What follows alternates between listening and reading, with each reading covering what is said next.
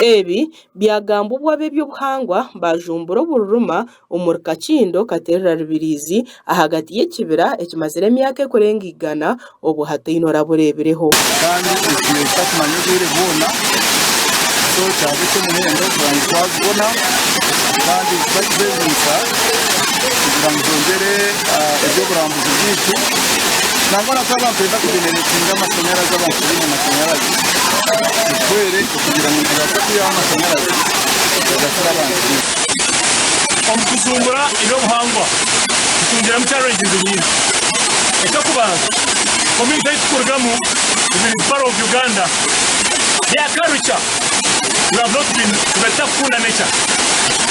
So enamba empango y'abantu aba omurambo gutuyo kitamu nibo bariyo batandika kukunda ebyobuhangwa n'okuza munonga n'okubahagira n'okusapotinga.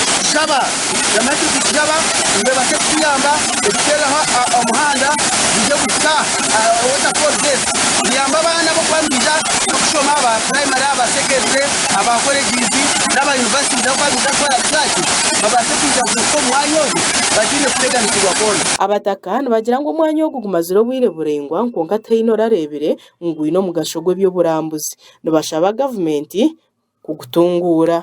Naba surprise abo kushanga tire emyanya nkeegi muri kujumbura yitu ya Katanda eyindi kuzabwamu haza ekazimburwa muzeyi wanje David Kansiriho kuba LPP cancer na chairman abugumbure n'ekintu cy'umuhendo kushanga tire ebintu nkeebi konka n'ekintu cy'obusaasi kushanga tire ebintu nkeebi konka gavumenti etakubaasa kubireeba.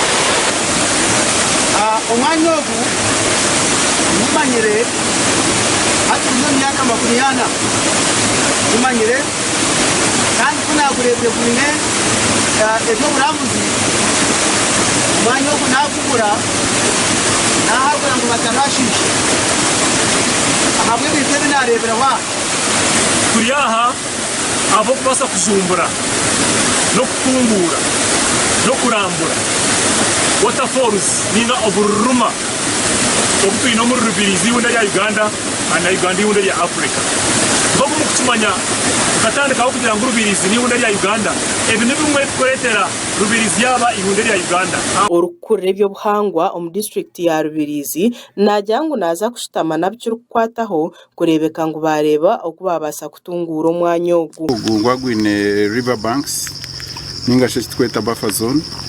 For example ko mugero gwo gwito gwa Katerera twaguteka buffer zone ya 30 meters ezo batakwikirizwa mu kwinga emisiri batakwikirizwa mu okusiritinga omugera kuyo ntubantu etaga kureka ekiba kweta natural regeneration hazemu natural vegetation ekwatitaka banks zo mugera zigumeze stable omugera guserving current and the future generation kuyaho ekiragiro hine emigasho yiku eitweta regulated activities. So omuntu yananda koresa river banks aine kuba nashaba environment office kugira ngo bamuguidinge ahari yezo activities zoneza kuba nanda.